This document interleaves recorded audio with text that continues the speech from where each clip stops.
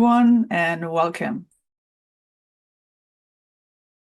Thank you for attending today's webinar, Cracking the Carbohydrate Code from Nutrient Waste to Competitive Advantage.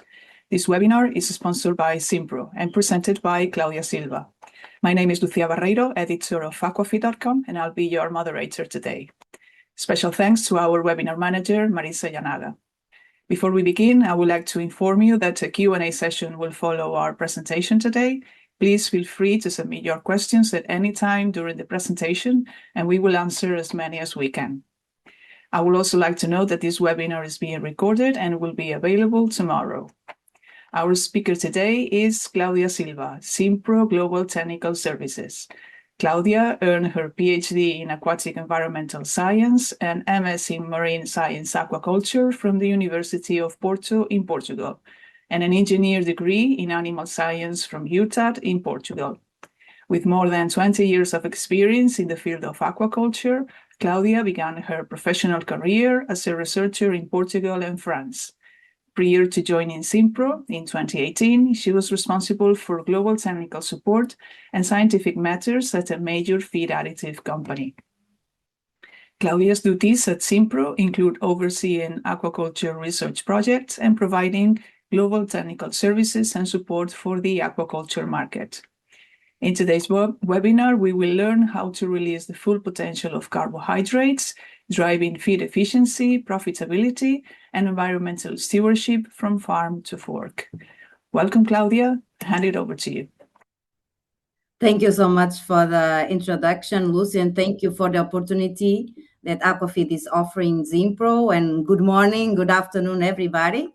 Let me just start sharing my screen.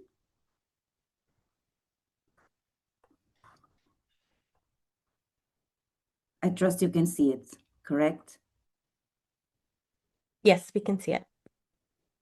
Perfect. So once again, thank you so much for this opportunity. It's really a pleasure to spend this hour with you, with all of you today, to talk about carbohydrates and how can we make a more efficient utilization of carbohydrates in aquaculture.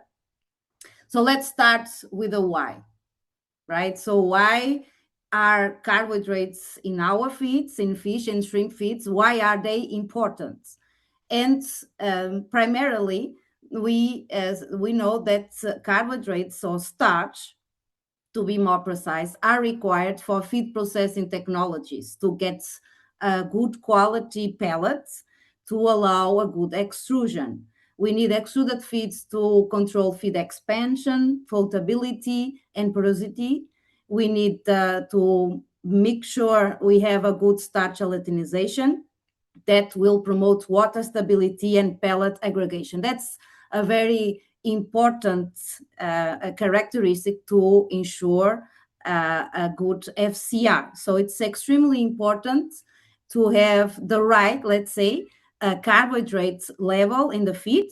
And if we look into different species groups, we will find in average 8 to 10% starch in salmonids feeds, making a total carbohydrate level from 15 to 20%.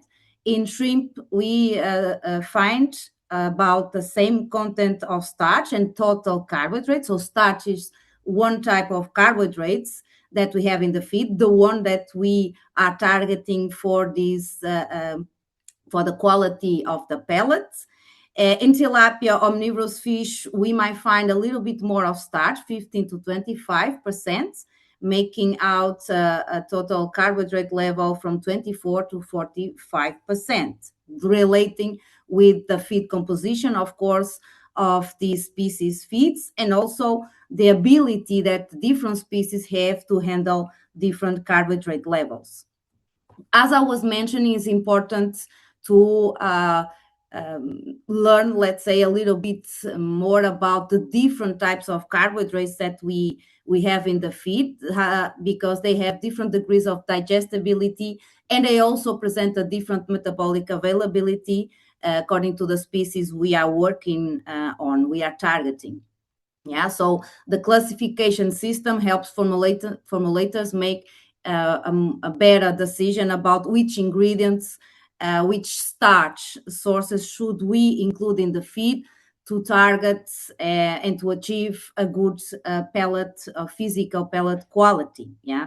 So starch coming from corn, wheat, rice, and cassava, for example, they have a moderate digestibility that is improved through the extrusion process. The extrusion process will gelatinize, means will make this starch, this type of carbohydrate, more digestible and utilizable by the fish and the shrimp. And this will make starch not only important for the physical quality of the pellet, but also a relatively important energy source and pellet binding agent as well.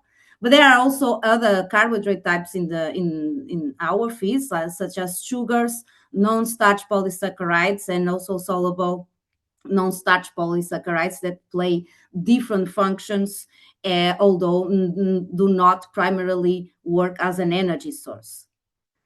Here you can see as the results of a survey that Zinpro have done to, let's say, confirm what's the starch and total carbohydrate level in current aquafeeds, starting with salmonids. So we have analyzed starch, and here we can also see the total carbohydrate contents in 10 different salmonid feeds. And you can realize by looking at this data that we confirm that in average we can find about 9 to 12% starch in salmonid feeds, and a total of 16 to 19% total carbohydrates in the feed. So the key message here is starch is important, or carbohydrates, if you like, are important, but starch in particular are important for the extrusion process, and also to be at least partially today used as an energy source, and they are already in the feed, right? This is extremely important. So we are not talking about something that will enter the feed, but they are already there. The question is, how can we make the fish and the shrimp more efficient in utilizing this starch, this macronutrient, as an energy source? Because in reality, starch is the cheaper energy source that we have in the feed, right? And this is very important to introduce our topic, as we are, let's say, putting more carbohydrates, more starch into the feeds as we replace the marine ingredients with more or plant-based ingredients. So that's something that happened throughout the last decades, as we are all aware, for different reasons, for economic reasons, but also availability of those traditional ingredients or protein sources that were used for many years in the aquafeeds. But in the current feeds, in the more, let's say, modern feeds that we have today, we have a formulation that is less and less based on marine ingredients and more based on plant ingredients that bring carbohydrates on it, that put more carbohydrates into the feed. Of course, this is interesting on one hand because it might make or turn the extrusion process more efficient, and also help with the physical quality of the pellet, but it might also help with the, let's say, what we call formulation flexibility. That's extremely important today with regards to, as I mentioned, with the market fluctuations in terms of ingredient supply and cost. So we as nutritionists, as formulators, need this flexibility, capacity to be able, to be more, let's say, efficient with the formulation of the feed, and considering the market limitations that we are facing. The let's say main challenge here, on top of everything I was mentioning, is the fact that fish and shrimp, aquatic species, they have what we say here as a physiological limitation. Yeah. So fish and shrimp, aquatic species overall, they do not utilize carbohydrates efficiently or as efficiently as terrestrial species. This is a physiological represents a physiological limitation of aquatic animals. And why we have this physiological difference between terrestrial animals like poultry, swine, ruminants, and even humans, and aquatic species, because our fish and shrimp, they evolve through, let's say, millions of years in an environment that was rich in protein, right? So if we think how rich a river and a sea is on protein, we might understand better why the fish and the shrimp, the aquatic species, evolve to utilize protein over other energy sources as the primary energy source. So they evolve, they adapt their physiology and metabolism to utilize protein very efficiently. If we think about it, we understand a little bit more on the why and why they become so efficient in doing this, because they produce ammonia out of amino acid catabolism, correct? So they do not need, as terrestrial species do, to convert this ammonia into other compounds coming out, resulting from this amino acid catabolism, such as urea or uric acid, in which they will have to put more energy.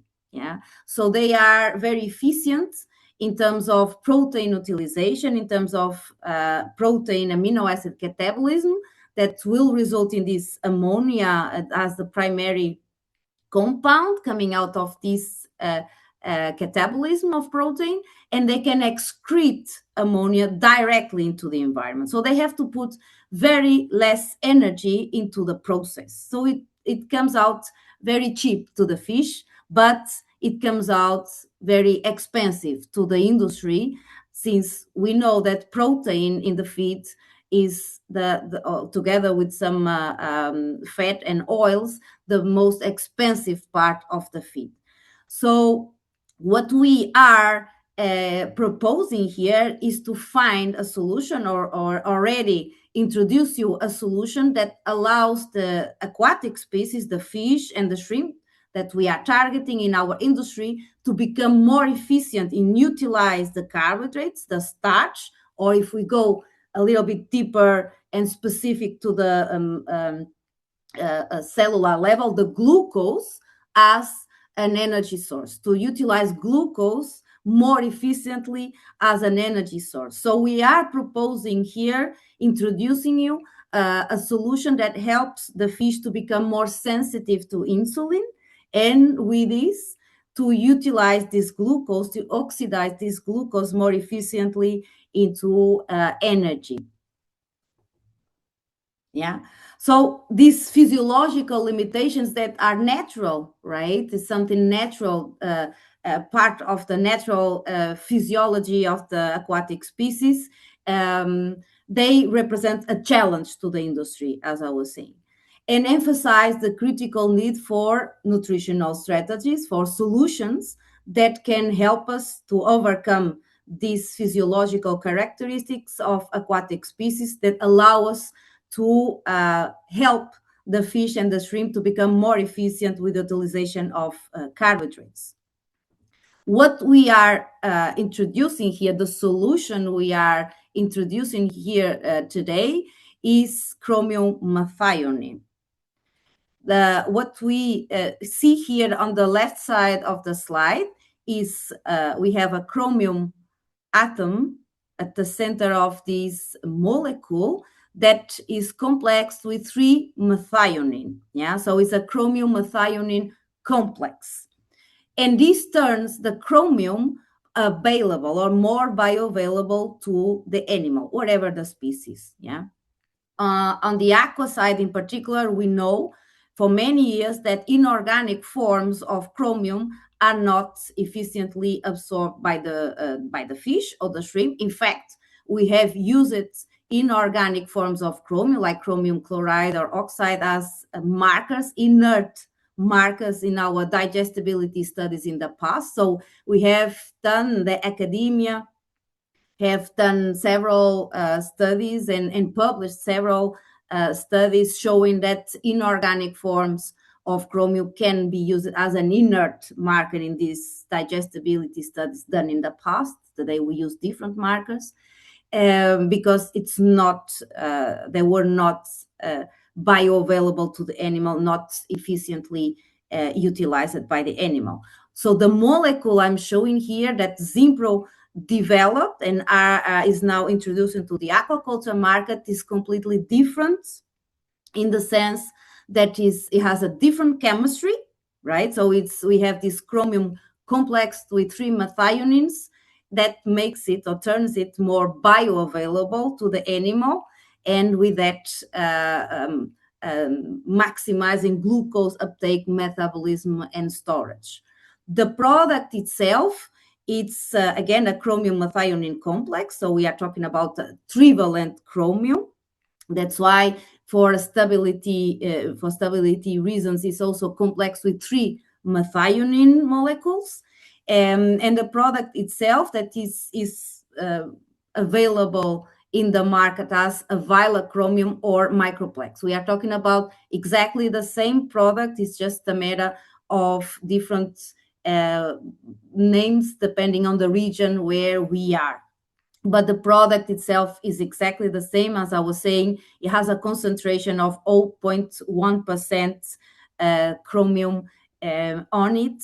And as I mentioned, it benefits for this complex structure. So for this specific chemistry that makes it stable and available to aquatic species. Yeah. So let me try to illustrate a little bit more the mode of action. So how it works.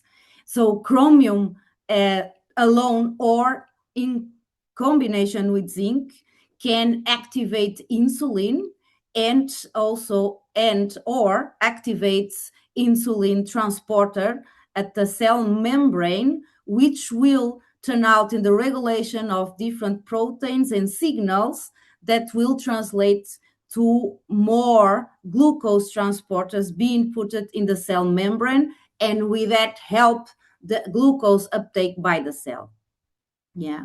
So this is something that is extremely important because, as you might be aware, some fish species, in particular, like salmoniid species, they might develop chronic hyperglycemia, which means a difficulty in control glycemia and in utilizing the glucose, in uptaking this glucose present in the blood coming from the feed, yeah, and turn it into energy. Yeah. So with chromium and with chromium methionine more specifically, we are changing a little bit this situation. We are helping the animals to control glycemia.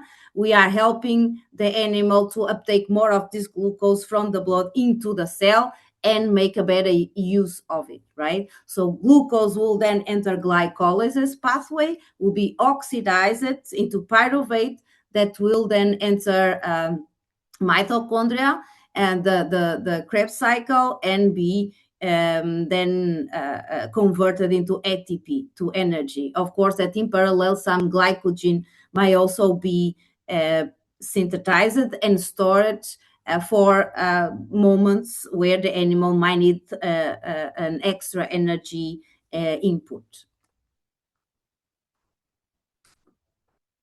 Yeah.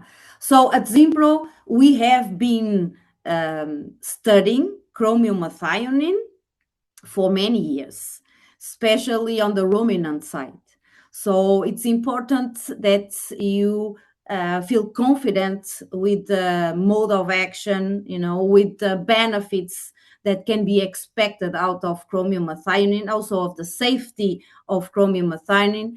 And for that confidence, I think it helps to mention that Zinpro has almost 40 peer-reviewed publications, means scientific publications across species, not only on the ruminant side, but also in swine and poultry.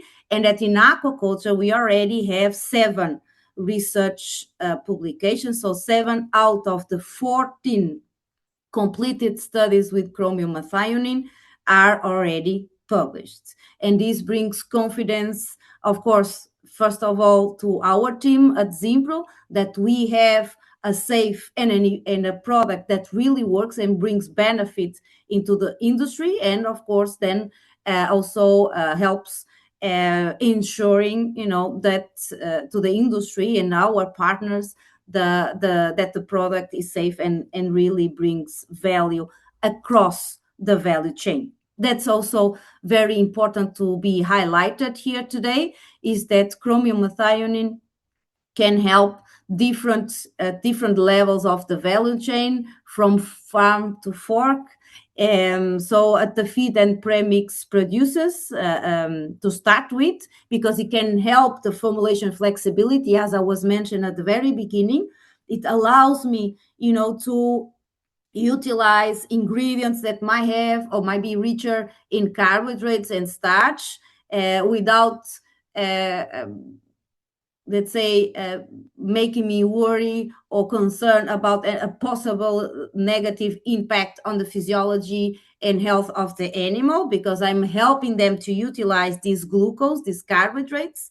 It also helps with extrusion resistance, the stability in vitamin premix, and also increase security against risks taken when challenge feed formulation. So it also helps me in times where ingredients, or more, let's say, high quality ingredients, might be expensive or even not available, to pick up on ingredients of poor or lower quality, for instance.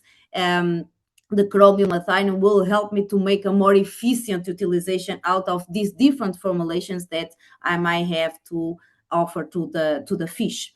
It also brings a lot of benefit to producers, to the farm, because it will help us to reduce feeding costs, right? So we are making the feed more efficient, and we'll go deeper into the benefits in a moment.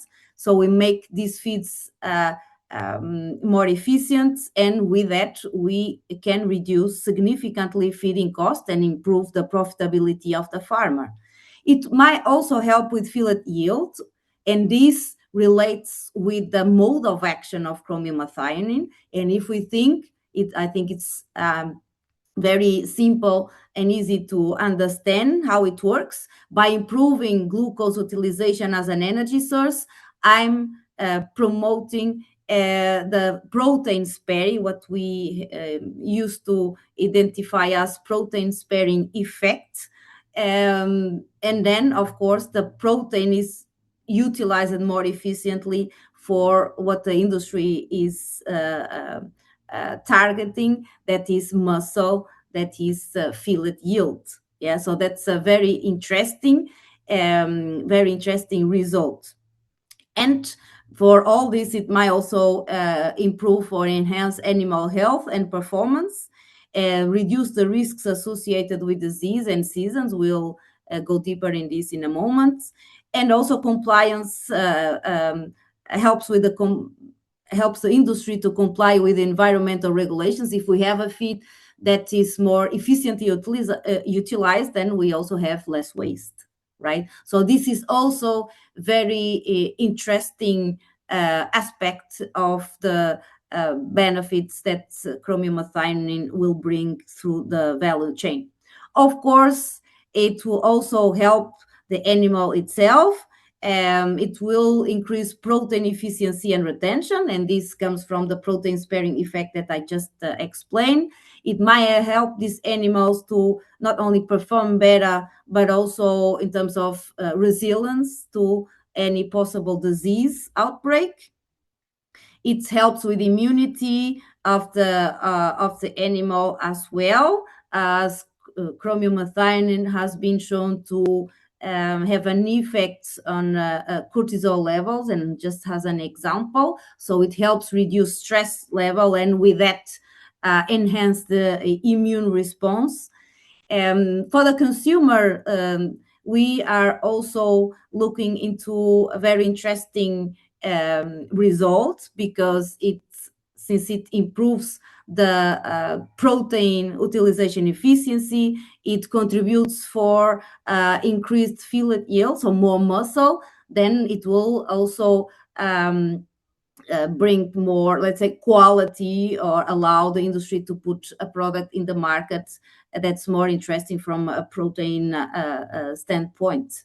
And also in terms of sustainability, that's becoming more and more of interest for the consumer when deciding, right? When deciding which product to buy, they are also interested in how the fish, how the shrimp were produced, were or not produced under more, let's say, sustainable conditions. So this is also interesting from a sustainability.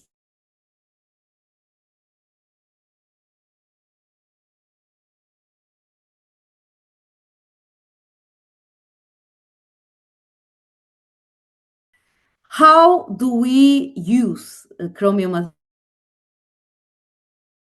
So we can simply include the chromium methionine as a chromium again, or microplex, into the premix. So we can supplement this chromium methionine into the current feeds. So into the feeds that we already have, that I'm formulating today, I can, without making any change into the formulation, I can put the chromium methionine on it. And the level, of course, depending on which species I'm formulating, and expect a clear improvement on performance, health, and product quality, while reducing the feeding costs. Here is a table summarizing let's say, most relevant results we have across species. And that's again very important to highlight the fact that we have completed 14 studies so far, 7 of which are already published, a scientific paper. And also important to mention the fact that we have been seeing and confirming the efficacy of chromium methionine, bringing the benefits that I just have been mentioning across species, wherever the nutritional requirement or physiology of that species. We have saw that chromium methionine brings benefit and can improve performance in pangasius, in common carp, Nile tilapia, red tilapia, salmonids, rainbow trout, and Atlantic salmon being highlighted here, but also in sea bream and shrimp. So that's very interesting to see the consistency of these benefits across species, being cold water or warm water, or more on the carnivorous-like side or omnivorous herbivorous side. Yeah, and again, this seems to relate with the fact that aquatic species in general, they are not, they do not efficiently utilize this starch, this glucose, as energy source. So when we supplement the feeds of these species, whatever the group of species we are targeting, it will bring benefit. Yeah. So here we see the optimum chromium methionine level found in each one of the studies. And also the economic advantage over control. It means, what's the economic advantage of a feed including chromium methionine, for instance, in trout, of including 0.6 ppm, means 0.6 milligrams of chromium methionine per kg of feed. What's compared with a feed that has no chromium methionine on it, right? So the economic advantage, and this comes, or is estimated, these numbers are estimated out of the benefits that we see. For rainbow trout, we can see that 7% economic advantage over control, and in salmon about 6%. So that's also very important to highlight. That's the fact that the investment turns out in a very interesting advantage at the end. So there's a return on investment. In terms of what we have done and the benefits that have been confirmed and shown in salmonids, here a short summary of the main results found in salmon and in trout. So we have completed one study in Atlantic salmon and 2 studies in trout, that in fact we used the 3 of them for the registration of the product in Europe. We needed 3 studies to show the efficacy and also the tolerance, safety, if you like, of the product in Europe. And we can see here that there was no significant impact of chromium methionine on survival, and that's extremely important, right? So we don't want to negatively impact the health of the animal, of course, on the contrary. So there was no impact, so it's safe, right? That's very important to highlight. It's safe at a recommended level, but it's we also show it in trial that it's safe even when we worked with the so-called tolerance levels that are extremely high, and we are not targeting those levels in our current feeds, but it's very safe product.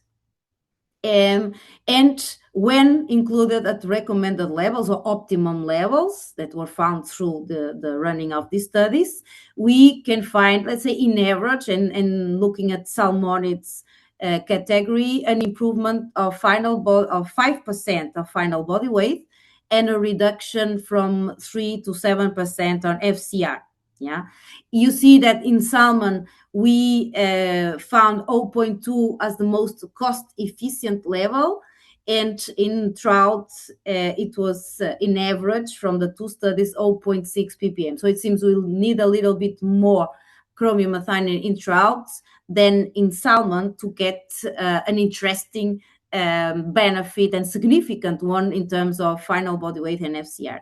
Also important to highlight that these 3 studies were used to register chromium methionine not as a simple feed additive, but as a zootechnical feed additive. So it was really mandatory to show the significant impact on performance, on zootechnical, from a zootechnical side. So that was mandatory, and the registration itself confirms the efficacy of the product and the benefit in terms of performance. But the benefits go beyond performance. We also saw in some of the 14 studies that we run, but in the salmon study, we saw, and as an example, we saw an improvement on carcass yield by 18.5% and fillet yield up to 3%, which is very interesting again, and confirming this protein sparing effect coming from the chromium methionine supplementation to the feed. So again, we are helping the animal to utilize glucose more efficiently as an energy source, so they do not need to take that much protein as an energy source as they will, let's say, naturally will do. And of course, if I have a better FCR and I have improved protein retention, and also we also saw an interesting impact on phosphorus retention, by the way. If we see these results, then we are also helping with the production of more sustainable feeds and helping with the sustainability of the industry itself. Yeah. So in this slide here, just highlighting that we got the registration of Avila-chromium, so chromium methionine in Europe. For the moment, we have it registered for salmonids, and we expect in the short future to also have it registered under fish category. That will mean that the product will be we can use it, will be able to use it also in other species like sea bass and sea bream here in Europe, but in most regions of the world is already available in the market and already being used in different species by different partners. very important to highlight this. And the fact, as I mentioned, that we got the first chromium registration in Europe. Yeah, so at the moment there's no other chromium source registered in Europe, not for aqua, not for any livestock species. Yeah, so this very also important to be mentioned, as you know, shows also the work that Zinpro is being doing to offer innovative solutions and new solutions and solutions that work and bring value to the industry. The range that has been allowed by EFSA, the inclusion levels, the range of inclusion levels that have been allowed by EFSA to be used in aqua species goes from 0.2, so coming from the salmon studies, to 0.6 ppm, milligrams of chromium per kg of feed. Yeah, so within this range, you can expect a significant impact on the performance. Though doesn't mean that below or above is not safe and cannot bring value, but because again we have registered the product as a zootechnical feed additive, the range that has been allowed by EFSA to be used in aquafeeds must guarantee a significant impact on performance. So that's why the range might seem to be a little bit narrow from 0.2 to 0.6, but in fact, and across species, we see that it already includes the optimum levels seen not only in salmonids, but in other fish species. Yeah. So here a little bit more detail on the results on the benefits that we can expect in salmonids and marine fish species, but also in tilapia, freshwater. So I already mentioned that in trout and in salmon, we saw a benefit from 0.2 ppm inclusion level in salmon to 0.5, 0.6 ppm in trout, and this turning out in a 5% improvement on final body weight on salmonids. But we also have shown the benefit of chromium methionine in species like sea bream that we in fact we are using also these results to register the product in the short future for fish category that will allow to use it in species like sea bream and sea bass in Europe, but also in the tilapia freshwater species. We see that from, let's say, 0.3 ppm in African catfish to 0.4 or even a little bit above 0.4 in carp, the product show and brings a clear and significant benefit on the final biomass. At the same time that it reduced feed conversion ratio. Yeah, so this again is extremely important. Everybody is looking to be more efficient and ways and possible solutions that makes them more efficient on what we are doing, and in the particular case in the way we formulate the feed, and the feed brings value into the producer, into the fish performance. So the results are again significant and somehow consistent across species. The impact on the feed conversion ratio might vary a little bit between species, and this relate not only with the physiology but the feed formulation, the feed composition itself, right? So the benefits, we might expect the benefit also to relate a little bit with the composition of the feed, the protein and the energy content of the feed. Of course, there's not only chromium methionine or chromium methionine will not make the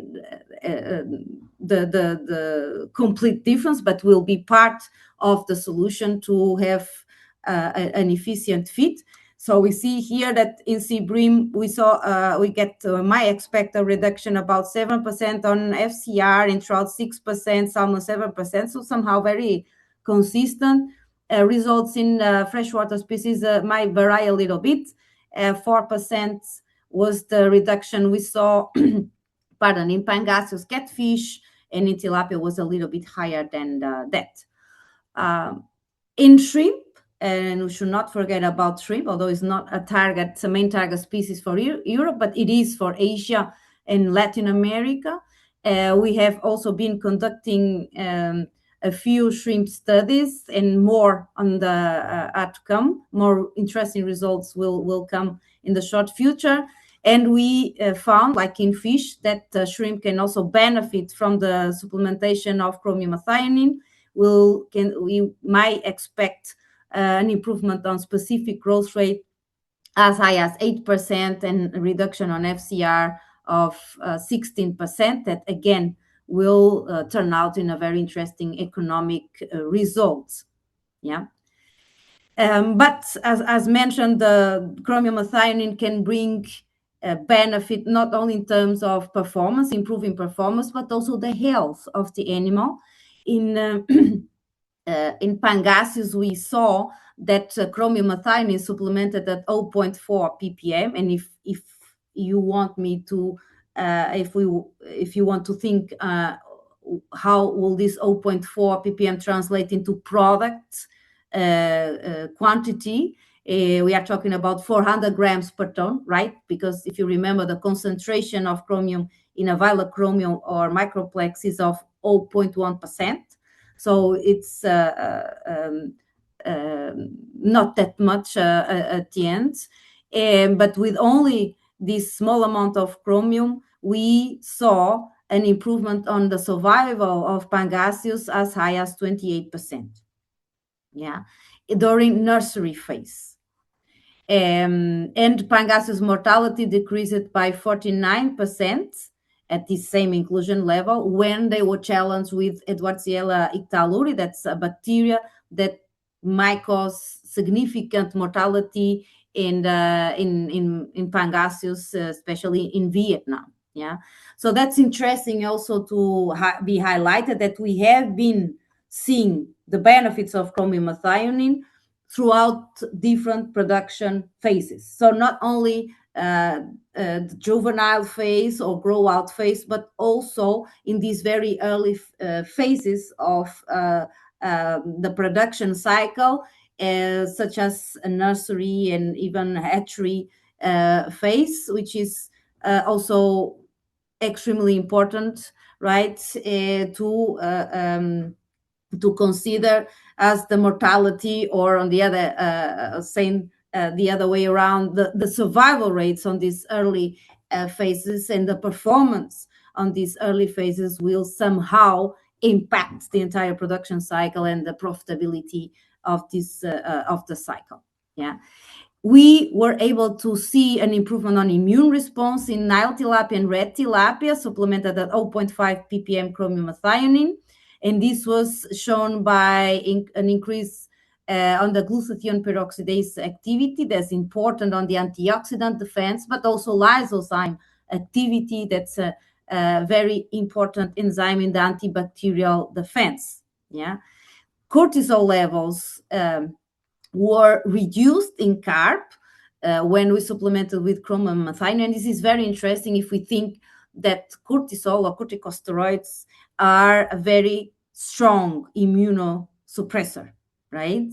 So if we think on the, let's say, the role that stress and cortisol itself more specifically plays on the immune system, it's very interesting to see this reduction that comes from the supplementation of chromium methionine, because by reducing these levels of stress, of cortisol, of corticosteroids, I can improve the response of the immune system. I don't have this impact of the stress on the immunity of the animal. Yeah, so that's very interesting, and it's something that we see also in other species like poultry. And to give you just an example, in Latin America, in some countries in Latin America, chromium methionine is being used at on the poultry side, trying to with the let's say with the target of reducing stress, of making the animals more calm at the end, and with this benefit for a better growth and FCR. Yeah, so there's something that we are seeing in fish, but has also been described in other species. So better performance, better health, better survival rate, and on top of this, as I mentioned, also the improved carcass and fillet yield in salmon. So we are seeing again a benefit throughout the value chain, which is very interesting, and we expect to see similar results in terms of better carcass yield and fillet yield in the across species. We saw it in salmon. We are looking into other species, but we expect, and this because of the way chromium methionine works, that a similar benefit will be demonstrated in other species. Also interesting to be mentioned is the fact that chromium methionine can also help reducing CO2 equivalents per kg of edible meat. So from based on the results we see in performance and in health, we can, let's say, estimate what will be the impact on CO2 equivalent. And if you think that FCR, or the efficiency of the feed, is one of the main factors that can contribute or not, contribute more or less to CO2 production, then it makes sense that chromium methionine, by reducing FCR, by making the feed more efficient and reducing the waste, right, also helps with the sustainability aspect. So it can have a direct impact on the CO2 equivalent per kg of edible meat, and again, making these products more interesting for a consumer that is more and more concerned about sustainability and looking for sustainable products. Also still on the sustainability side of things, important to highlight once again that in salmon, but also in sea bream, we saw a very interesting and significant impact on protein retention, or nitrogen retention, if you like, and phosphorus, right? So this is important from a nutritional standpoint. This is important from the formulation flexibility standpoint, but also for the environmental footprint side of things. As if we have a better retention, we expect to have less excretion of nitrogen and phosphorus into the environment, which is also an interesting aspect. What's next?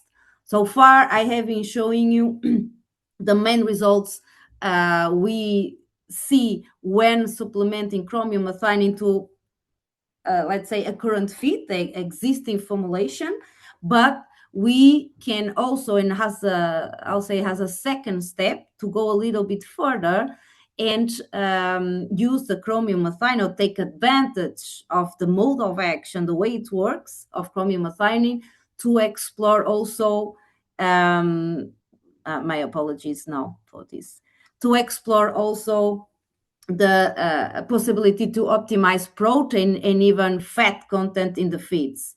Why I'm saying this? Because again, if we go back to the way it works, chromium methionine improves the utilization of glucose, the cheapest energy source in the feed, and with these pairs can spare other sources of energy, meaning protein and energy.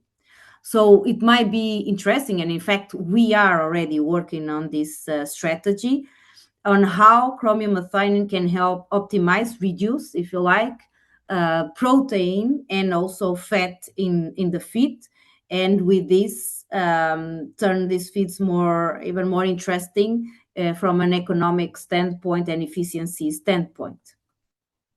Here, just an example. As I said, we are already working on that, and in fact, we already have a scientific publication showing that chromium methionine can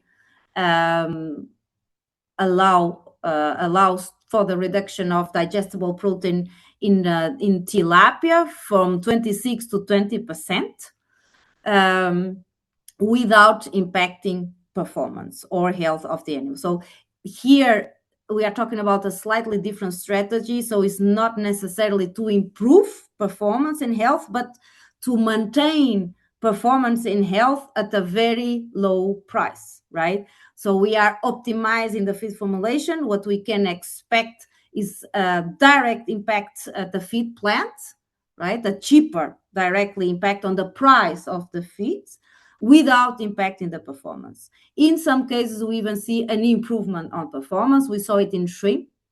In shrimp, we have reduced digestible protein from 28 to 25% with the inclusion of chromium methionine, with the best result found with only 0.2 ppm chromium methionine. And you see with a direct impact on the formulation cost, even when including the chromium methionine. And in fact, we could not only reduce or impact directly the feed price, but also improve the shrimp performance. So overall, we have a solid foundation for success. We have a unique molecule with unique expertise on chromium. We have 14 scientific publications across species. In fact, validated the benefits in 9 different aquatic species. And we have proven benefits in 4 key areas, from performance to profit throughout the value chain. We have also a clear, let's say, recommendation for the different species and different species groups with what the associating the optimal level with the expected benefits. And of course, if you want to learn more about it for a specific species, like for instance, what will be the optimal level and expected benefits in tilapia, for instance, of course, we can provide with more information and scientific driven information that will help you, let's say, better decide which level to utilize and how to utilize it. We also have our Zinpro Blue Book on chromium nutrition in aquaculture. Is a unique piece of material that summarize the results and the benefits we found across species, and is an industry reference on chromium performance research in aquatic species. So thank you very much for the attention once again, and I think we'll open it now for questions and answers.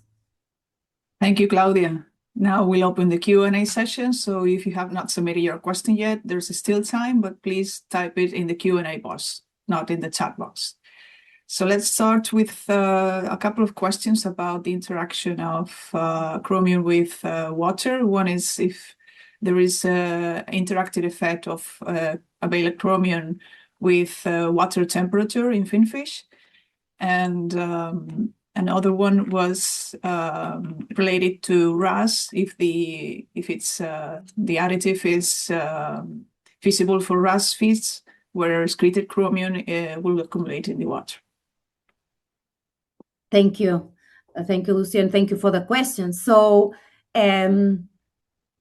we haven't tested yet what will be the impact of temperature, or on the other way around, how can chromium methionine help with temperature challenges.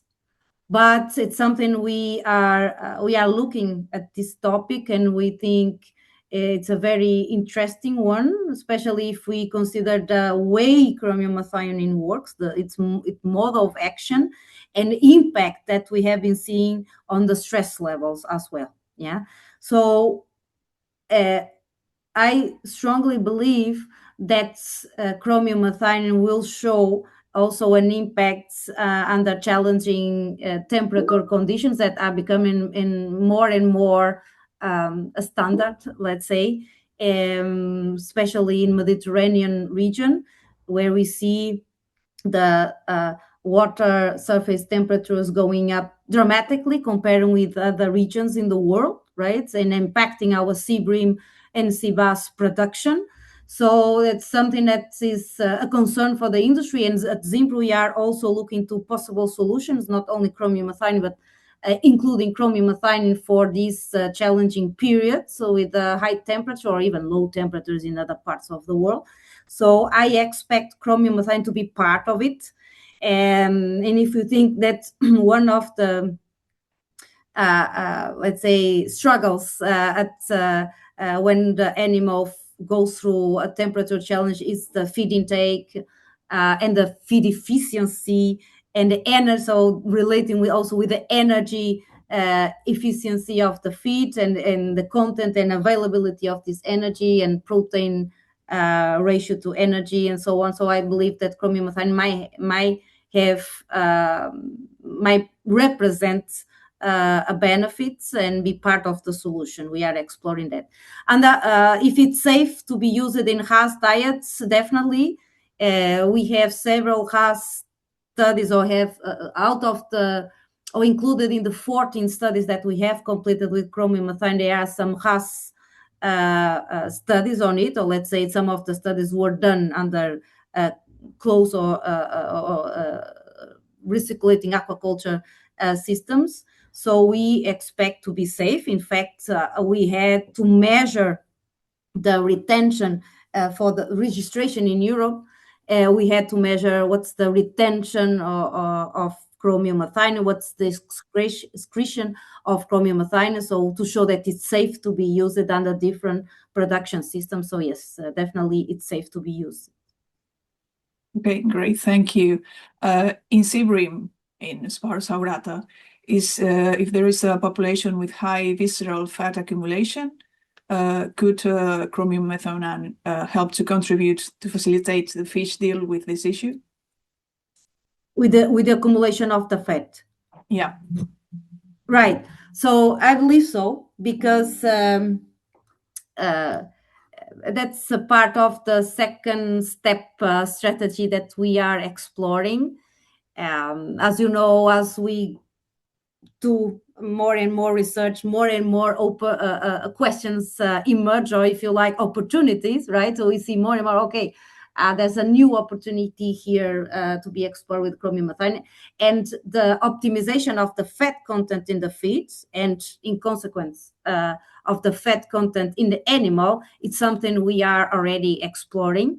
And again, for many decades, the industry have used fat or increased fat levels in the feed, not only to meet the fatty acid requirement of the animals, but also looking for a protein sparing effect, right? So until today, there was no way, to my knowledge, there was no possible way to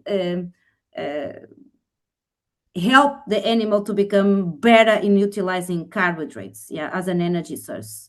And with that, to spare the protein in a different way, that not to push for the fat content in the feed, right? So I see also here a huge opportunity for us to optimize the fat content in the feed. So we might not need that much fat, right? That being a sea bream or a salmon feed. So we can be more precise in meeting the fatty acid requirements and go down with such a high fat level in the feed that turns out in fat accumulation and associated to that metabolic disorders in many cases and health issues, right? So with chromium methionine, we can, by making a better utilization of glucose as an energy source, we can and spare protein, then we might be able to go down with fat and have a more, let's say, less fatty and more healthy sea bream or sea bass or salmon. Yes, definitely. Okay, excellent points. Is there a toxic level for fish? These attendees thinking about that some fish in cages may eat more than others, so there's a toxic level that you assessed.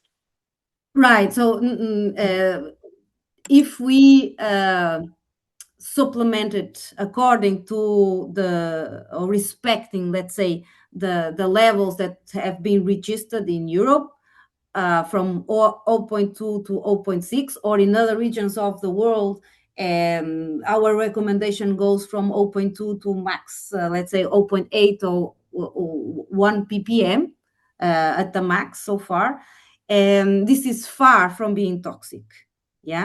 And that's why it was so important to run this tolerance, what we call tolerance studies, to show the safety. In those tolerance studies, so one was done with the rainbow trout, and the second one is being completed in the sea bream. But we also tested the high levels in carp for example, not for registration purpose, but we also tested to have different species on top of trout and sea bream. So when we, in these tolerance studies, we test levels as high as 10 times higher than the recommended level. What does it mean?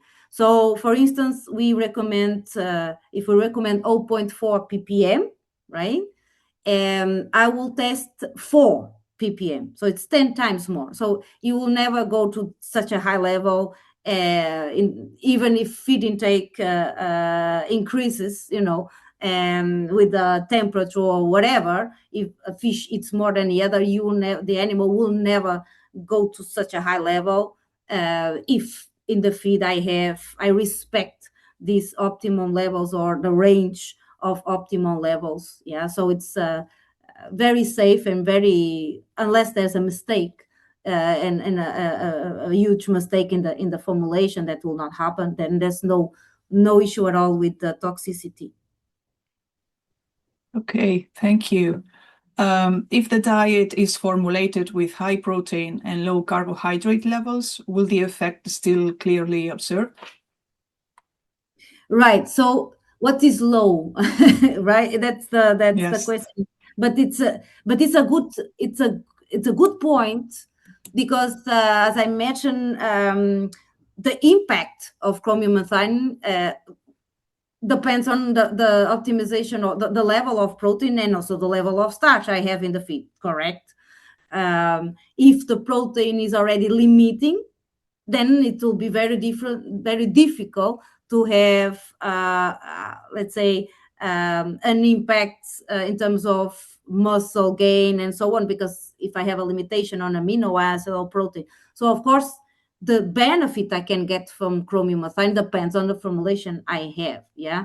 But let's say the minimum starch level here means the minimum I need for a good extrusion of the feed, for a good binding and the good physical quality of the pellet. Even in those cases, we can expect a benefit out of chromium methionine, because regardless of the level you have, being the lowest possible, as low as possible, there's starch there, right? And the animal is not using this starch efficiently. So what can be the thing is the benefit, the degree of the benefits, right? The significance of the impact we expected from chromium methionine may vary, of course, with the formulation I have, and that's something we are also exploring. But regardless of the feed formulation, regardless of the starch level in the feed, we still expect a benefit, and that's what we have been seeing in these 14 studies we have completed so far, right? So sometimes we see 5% improvement on final body weight, sometimes we see a little bit less, sometimes we see more, and this of course relates also with the feed formulation. But whatever the starch level is there in the feed, yeah, you have it to extrude the feed. So it's already there. So let's make a better utilization of that starch. Okay, as chromium helps in improved protein efficiency, does this allow producers to reduce the total amount of fish meal in the diet? Right. There's also very interesting questions of when you talk about reduction of fish meal, it might not necessarily mean a reduction on the level of protein, but it's more related with the quality of the protein, right? It's more related with the amino acid profile. So what's the biggest impact when replacing fish meal or going down with fish meal? If you go down with fish meal and want to keep protein content in the feed, of course you have to replace the fish meal with other protein sources that might not have such an amino acid profile as good as that in the fish meal, right? So in that case, we have to start, let's say the strategy goes well beyond the one we are exploring here today. It's about amino acids balancing. So make sure I have no limitation on methionine or lysine or any other amino acid. That's the first thing, right? So I can optimize the protein. Yeah.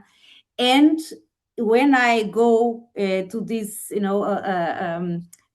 follow this strategy and forget a little bit about the ingredient, the protein source, but focus on the optimization of the profile of amino acids and digestibility of these amino acids, then here chromium methionine can be an interesting tool, because it will allow me to optimize the level regardless of the protein source. Yeah, regardless of the protein source. But in a more plant-based diet might be even more interesting because of formulation flexibility, because it's economic in terms of economic advantage, because it will be a cheaper feed. So yes, chromium methionine might help me formulate let's say a cheaper feed, still an efficient one. So another question with the last one, I think, how many of these observed improvements may be attributed to increased dietary methionine alone? Only methionine or chromium? That's a question of a couple of attendees. Yes, thank you for the question, because it's also important to clarify that. So think on the levels we are talking about here, 0.4 ppm, for example, or from, let's say, 0.2 to 0.6. Let's pick up on the highest level in the range registered here in Europe, 0.6. So it means 0.6 milligrams of chromium methionine, right, per kg of feed, right? So this is a very, very small amount of chromium methionine that we are putting to the feed, that is far from contributing to be relevant for the meeting of methionine requirement in the feed, that depending on the feed, depending on the species, will be what, 0.7% to 1%, or more or less about this. So we are talking about 0.0%, so very less amount of product or compound, if you like, molecule that we are putting into the feed. So the methionine it brings with it, will not make an impact on the performance, does not contribute significantly, or even far from being significant, to the meeting of methionine requirements. It's just a way to deliver the methionine. Here is just the let's say an effective way to make this chromium stable throughout the extrusion process, stable throughout when going through the gut environment, the acidic stomach, etc., environment in the stomach. So it's just a way to make it stable, because we need stable molecules in our feeds, and also bioavailable, because it's, I didn't mention that, but as can be inferred from the chemistry of the molecule, it's complex with methionine, so it's absorbed through methionine transporter at the intestine level.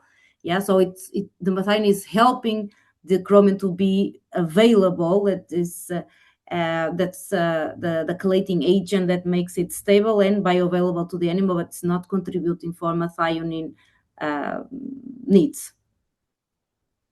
Okay, excellent. Well, thank you so much for your insights today, Claudia. That's all the time we have for questions today. I'd like to thank all our attendees for taking the time to join in today's webinar. The recording will be available tomorrow. I want to thank our sponsor, Zinpro, for their participation today. For more information on their products and services, please visit zinpro.com. And finally, I'd like to extend big thanks to our speaker, Claudia, for her time today. And thank you. We are the ones that are thankful for the opportunity. And again, thank you to all of you that took the time to learn a little bit more with us today here about carbohydrates, about chromium methionine, and how to make a better utilization of the feeds that we are formulating today. Thank you. Thank you. Thank you, everyone, for joining us, and see you next time.